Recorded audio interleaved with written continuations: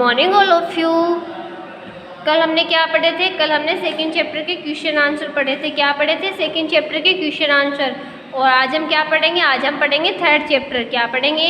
Third chapter, जिसका क्या name है? जिसका नेम है शब्द है उनके भेद। शब्द है उनके भेद। ओके, अब हम सबसे पहले ये देखते हैं कि शब्द किसे कहते हैं, शब्द क्या होते हैं। ओके, क्या देखते हैं? सबसे पहले ये देखते हैं कि शब्द किसे कहते हैं और शब्द क्या होते हैं। तो शब्द क्या होते हैं? वर्णों का वह समूह है जिसका कोई अर्थ हो। वर्णों का वह समूह है जिसका कोई अर्थ हो, शब्द कहलाता है। शब्द किसे कहते हैं? वर्णों का वह समूह है जिसका कोई अर्थ हो, उन्हें शब्द कहते हैं। शब्द किसे कहते हैं? वर्णों का समूह है। क्या होता है? वर्ण का समूह होता है। शब्द किससे बनता है? शब्द वर्णों से बनता है। वर्णों का वह समूह जिसका कोई अर्थ हो क्या कहलाता है? शब्द कहलाता है। शब्द किससे बनता है? शब्द वर्णों से बनता है। किससे बनता है? वर्णों से बनता है। ओके, वर्णों से शब्द बनते हैं। जैसे ये क्या है? एक वर्ण है। ये क्या है? एक वर्ण, और ये एक वर्ण है। तो इससे क्या बन गया? इससे शब्द बन गया। जैसे मैं वर्ण है, ग वर्ण और र वर्ण है, जिसे क्या बन गया? मगर। क्या बन गया? एक शब्द बन गया। ये क्या है? ये एक वर्ण है, और ये भी एक वर्ण है, और ये भी एक वर्ण है। इससे क्या बन गया? इससे एक शब्द बन गया। कमल, क्या बन गया? कमल, जिसे क्या बन गया? एक शब्द बन गया। कटहल, कटहल, क्या बन गया? एक शब्द बन गया। ओके, ऊपर लिखे मगर, कमल तथा कटहल शब्द वर्णों के मेल से बने हैं। मगर कहने से हम किसी जानवर की कल्पना करते हैं, कमल कहने से हम किसी फूल की कल्पना करते हैं, तथा कटहल कहने से हम किसी सब्जी की कल्पना करते हैं। अर्थात वर्णों के मेल से शब्द बनते हैं। शब्द किससे बनते हैं? शब्द वर्णों के मेल से बनते हैं। वर्णों से क्या बनते हैं? शब्द बनते हैं। ओके, ये क्या है? एक वर्ण है। इससे क्या बनते हैं? वर्णों से क्या बनते हैं? शब्द बनते हैं। शब्द के भेद क्या देखते हैं? अब हम शब्द के भेद देखते हैं। शब्द के भेद मुख्य रूप से दो आधारों पर किया जा सकता है। कितने आधारों पर होते हैं? दो आधारों पे। पहला आधार कौन सा है? अर्थ के आधार पर। दूसरा प्रयोग के आधार पर। पहला शब्द कौन सा है? किसके आधार पर है? अर्थ के आधार पर। और दूसरा प्रयोग के आधार पर। अर्थ के आधार पर। तो हम पहले किसके आधार पर शब्द देखते हैं? अर्थ के आधार पर। तो अर्थ के आधार पर दो प्रकार के होते हैं, सार्थक और निरर्थक शब्द। सार्थक शब्द और निरर्थक शब्द। अर्थ के आधार पर शब्द कौन से होते हैं? अर्थ के आधार पर शब्द सार्थक और निरर्थक होते हैं। अर्थ के आधार पर शब्द दो प्रकार के होते हैं, पहला सार्थक शब्द, दूसरा निरर्थक शब्द। ओके, तो पहले हम देखते हैं सार्थक शब्द। पहले हम किसके बारे में देखते हैं? पहले हम सार्थक शब्द के बारे में देखते हैं, जिनका कोई अर्थ हो। सार्थक शब्द कौन से होते हैं? सार्थक शब्द वो होते हैं जिनका कोई अर्थ हो। जैसे घर, फूल, बर्तन आदि, जिसका कोई अर्थ हो उसे क्या कहते हैं? सार्थक शब्द कहते हैं। सार्थक शब्द कौन से होते हैं? सार्थक शब्द वो होते हैं जिनका कोई अर्थ हो। जैसे घर, फूल, बर्तन आदि। निरर्थक शब्द जिनका कोई अर्थ ना हो। निरर्थक शब्द कौन से होते हैं? जिनका कोई अर्थ ना हो। जैसे रग, लफ्फू, नत्रब आदि, इनका कोई अर्थ नहीं होता है ना। रग क्या होता है? कुछ नहीं होता। लफ्फू क्या होता है? कुछ नहीं होता। नत्रब क्या होता है? कुछ नहीं होता। जिनका कोई अर्थ नहीं होता वो कौन से शब्द है? वो निरर्थक शब्द। और जिनका अर्थ होता है वो कौन से हैं? सार्थक शब्द है। ओके, अब हम देखते हैं प्रयोग के आधार पर। क्या देखते हैं? प्रयोग के आधार पर। प्रयोग के आधार पर शब्द दो प्रकार के होते हैं। प्रयोग के आधार पर शब्द कितने प्रकार के होते हैं? दो प्रकार के होते हैं। विकारी शब्द, प्रयोग के आधार पर शब्द दो प्रकार के होते हैं, विकारी और अविकारी। पहला कौन सा होता है? विकारी शब्द, और दूसरा अविकारी शब्द। ओके, अर्थ के आधार पर भी शब्द दो प्रकार के होते हैं और प्रयोग के आधार पर भी शब्द दो प्रकार के होते हैं। अर्थ के आधार पर सार्थक और निरर्थक शब्द होते हैं और प्रयोग के आधार पर विकारी और अविकारी होते हैं। अब हम देखते हैं विकारी शब्द। विकारी का अर्थ होता है परिवर्तन। विकारी का अर्थ है परिवर्तन। अतः प्रयोग करते समय जिन शब्दों में लिंग, वचन, पुरुष और कार्य के अनुसार परिवर्तन आ जाता है वे विकारी शब्द है। विकारी का अर्थ क्या है? परिवर्तन। क्या होता है विकारी का अर्थ? परिवर्तन।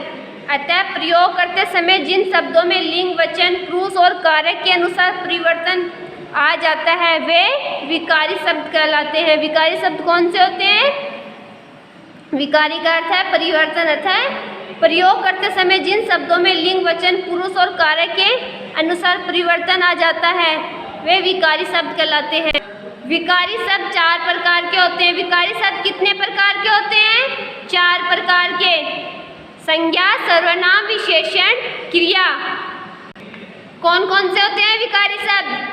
संज्ञा, सर्वनाम, विशेषण, क्रिया। संज्ञा जैसे खिलौना, दिल्ली, गाय आदि। सर्वनाम वह, तुम, हम आदि। विशेषण पीला, स्वस्थ, गंदा आदि। क्रिया कूदना, नाचना, फेंकना आदि। ये क्या है? ये विकारी शब्द के प्रकार है। कौन कौन से? संज्ञा, सर्वनाम, विशेषण और क्रिया। शब्दों में परिवर्तन। विकारी शब्दों के परिवर्तन को इस प्रकार समझा जा सकता है। संज्ञा महिला, महिलाएं, महिलाओं, लड़का, लड़के, लड़कों। ये क्या है? परिवर्तन। सर्वनाम हम, हमें, हमको, हमारी, हमने, हमसे, वह, वे, उसको, उनको, उसकी, उनकी। ये क्या है? परिवर्तन है। विशेषण अच्छा, अच्छी, अच्छे, अच्छो, काला, काली, काले, कालो। क्रिया पढ़ना, पढ़ा, पढ़ी, पढ़ेंगे, पढ़ेगी, पढ़ेगी। आना, आ रहे, आ चुके, आए, आया, आएंगे। ओके, ये क्या है? विकारी शब्द के परिवर्तन है। क्या है? परिवर्तन। और दूसरा शब्द कौन सा होता है? अविकारी शब्द। कौन सा होता है? अविकारी शब्द। प्रयोग करते समय जिन शब्दों में कोई परिवर्तन न हो उसे क्या कहते हैं? अविकारी कहलाते हैं। प्रयोग करते समय जिन शब्दों में कोई परिवर्तन न हो वो क्या कहलाते हैं? अविकारी कहलाते हैं। अविकारी शब्द कितने प्रकार के होते हैं? 4 प्रकार के होते हैं। कितने? 4 प्रकार के होते हैं। अविकारी शब्द कितने प्रकार के होते हैं? 4 प्रकार के। क्रिया विशेषण, संबंध बोधक, समुच्चय बोधक, विषयावधि बोधक, स्मयादि बोधक। क्रिया विशेषण, संबंध बोधक अव्यय, समुच्चय बोधक अव्यय, विस्मयादि बोधक अव्यय। अविकारी शब्द कितने प्रकार के होते हैं? 4 प्रकार के। क्रिया विशेषण, संबंध बोधक अव्यय, समुच्चय बोधक अव्यय, विस्मयादि बोधक अव्यय। अब हम देखते हैं क्रिया विशेषण। जैसे उदास बैठना, धीरे धीरे डूबना, उधर जाना आदि। अविकारी में क्या होता है? प्रयोग करते समय जिन शब्दों में कोई परिवर्तन ना हो, उदास बैठना, धीरे धीरे डूबना, उधर जाना आदि। संबंध बोधक अव्यय जैसे घर में, छत पर, दीवार के पास, के ऊपर, के नीचे, की मेज, की घड़ी आदि। समुच्चय बोधक अव्यय जैसे मोहन और हरी वह गरीब है लेकिन ईमानदार है।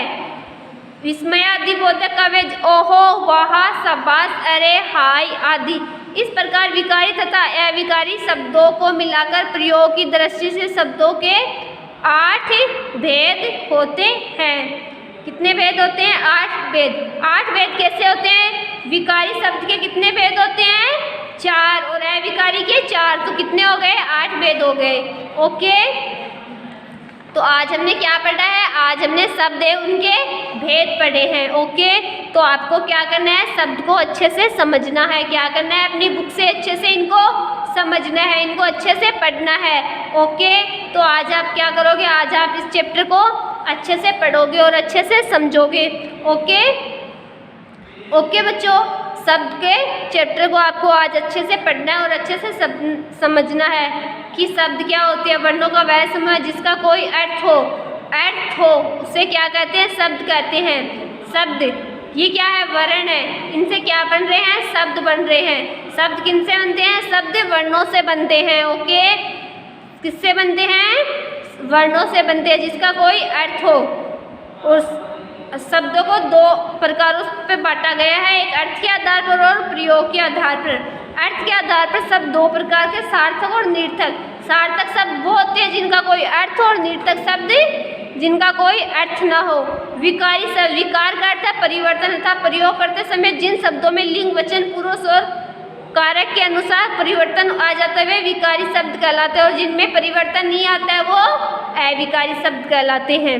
ओके ओके बच्चों, आज आपको शब्द को अच्छे से समझकर पढ़ना है। क्या करना है आपको? आज अच्छे से शब्द को समझना है और इनको अच्छे से पढ़ना है। ओके ओके बच्चों, आज के लिए इतना ही काफ़ी है। कल हम पढ़ेंगे नया टॉपिक। ओके, इनको अच्छे से समझना है और अच्छे से पढ़ना है। ओके ओके, थैंक यू बच्चों।